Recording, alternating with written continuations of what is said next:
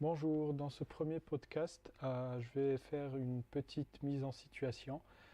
Je suis étudiant en Master 1 en France. Je suis arrivé il y a 3 ans pour ma première année en France. Avant, j'étais en Algérie. Donc je ne vous dirai pas en détail où est-ce que j'ai été en France, mais ça s'est très bien passé. Dans une ville moyenne, c'était pas Paris. Ce qui m'a permis de mieux voir les choses,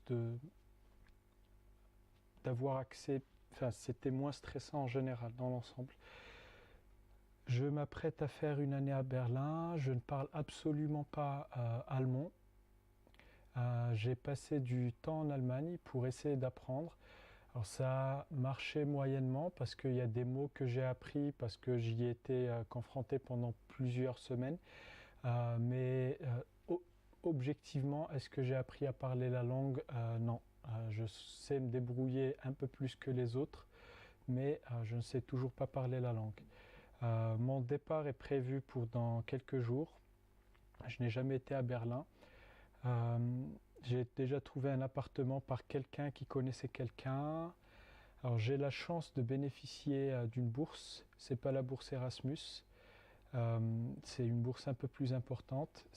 Alors je vous conseille de postuler à ça. C'est une bourse du DEAD. C'est l'organisme qui s'occupe des étudiants entrants et sortants d'Allemagne. Ils offrent des bourses pour les étudiants qui sont en France, parce qu'en l'occurrence je ne suis pas français. Et c'est une bourse qui aide beaucoup. Elle est de l'ordre de 850 € par mois. Donc je vous conseille d'y postuler.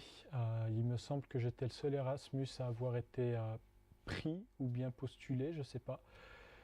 En tout cas pris, j'en suis sûr. Voilà. On a fini pour la petite mise en contexte historique.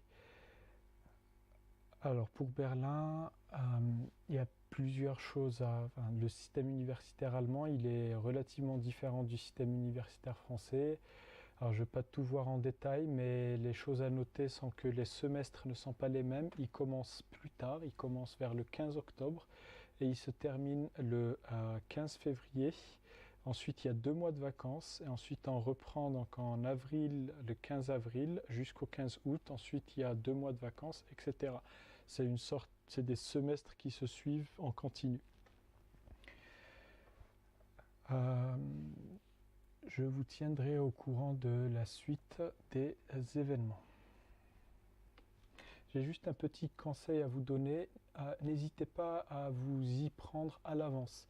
Et sachez que ça exige beaucoup de travail de préparer une année Erasmus. Non seulement c'est du travail concret, mais en plus c'est du travail stressant parce que je ne sais pas comment ça se passe ailleurs, mais en tout cas là où je m'étais retrouvé, on avait relativement du support, sauf qu'il restait quand même beaucoup de choses à faire soi-même où personne ne savait comment faire. C'était un peu d'accord, on va faire ça.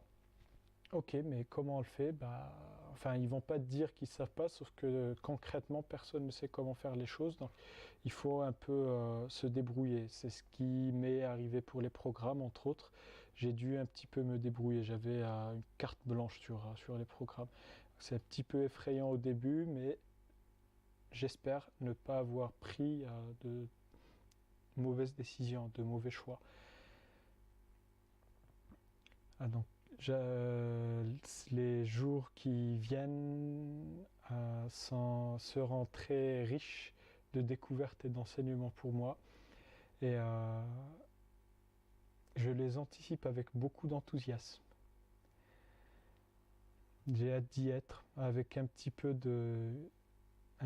effrayé aussi, parce que c'est un territoire inconnu, heureusement pas hostile. Mais voilà, un petit peu d'appréhension et un petit peu d'enthousiasme et d'excitation.